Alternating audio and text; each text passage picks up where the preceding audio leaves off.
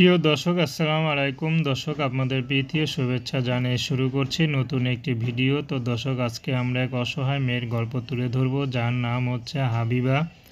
হাবিবার বাবা নেই, হাবিবার মা আছে, ছোট একটা বাচ্চা আছে। তো হাবিবার অল্প বয়সে তার মা বিয়ে দিয়ে দেয়, কারণ হাবিবার দেখাশোনার মতো কেউ নেই।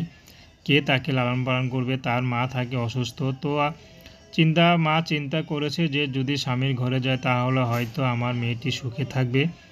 সে চিন্তা করে অল্প বয়সে হাবিবাকে বিয়ে দেয়, কিন্তু এর মধ্যে হাবিবার একটি সন্তানও হয়ে যায়। কিন্তু হাবিবা সেই সংসার করা হলো না। হাবিবার স্বামী হাবিবাকে তালাক দিয়ে দিয়েছে। তো হাবিবা এখন মার পাশেই থাকে। তো হাবিবা এখন চাচ্ছে যে তার সন্তানের জন্য অন্তত হাবিবা আরেকটি বিয়ে শাদী করতে চায়। হাবিবার বয়স বর্তমানে 19 বছর, বেশি বয়স না।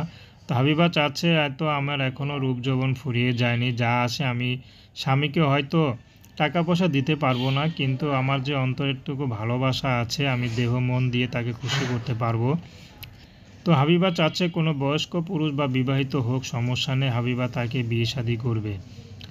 তো দর্শক, এই ছিল হাবিবার জীবনের সংক্ষিপ্ত জীবন কাহিনী। তো হাবিবা বর্তমানে সেলাই মেশিনে কাজ করে যা ইনকাম করে তাতে দিয়ে কোনো মতে ডাল ভাতের জোগাড় করে। তো হাবিবা চাচ্ছে এখন বিয়ে শাদী করে ঘর সংসার করতে। তো দর্শক, প্রেম ভালোবাসা সাহায্য সহযোগিতা বিয়ে শাদী করা একান্ত আপনাদের ব্যক্তিগত ব্যাপার। আসুন আমরা 5 ওয়াক্ত নামাজ পড়ি, সর্বদা দেশের সেবা করি।